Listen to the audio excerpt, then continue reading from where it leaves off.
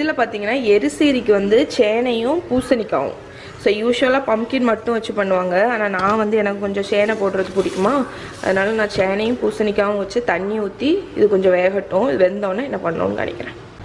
So இப்போ பார்த்தீங்கன்னா நம்ம சேனையும் பம்கினும் நல்ல குக் ஆயிடுச்சு.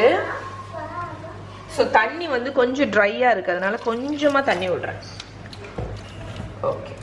ஸோ இப்போ வந்து இதில் நம்ம அந்த வெந்த பருப்பை போட்டுடலாம். ஸோ இப்போ இந்த வெந்த பருப்பு என்னது காராமணி இல்லைன்னா தட்டைப்பயிறு, நீங்கள் எப்படி சொல்லுவீங்களோ அப்படி, அதை கொஞ்சம் போட்டுருங்க. இப்போ வந்து நம்ம அரைச்சி வச்சிருக்கிற தேங்காய், ஜீரகம், பச்சை மிளகாய் அதையும் போட்டுடலாம்.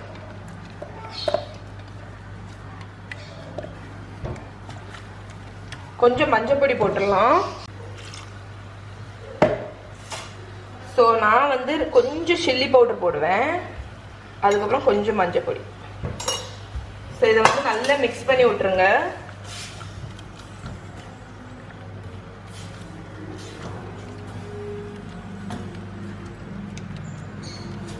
ஸோ இப்போ வந்து இது கொஞ்ச நேரம் இருந்து கொதிக்கட்டும், கொதிச்சு கொஞ்சம் கெட்டியாகட்டும்.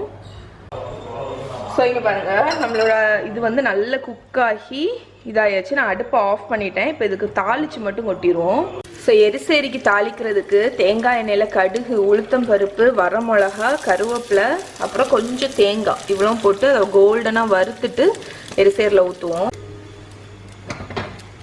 ஓகே, நம்ம இப்போ இதை ஊற்றிடலாம். அவ்வளோதான். ஸோ எரிசேரிக்கு ஒன்று தேங்காய் வறுத்துவோம். ஸோ நம்மளோட எரிசேரி ரெடி ஆயிடுச்சு.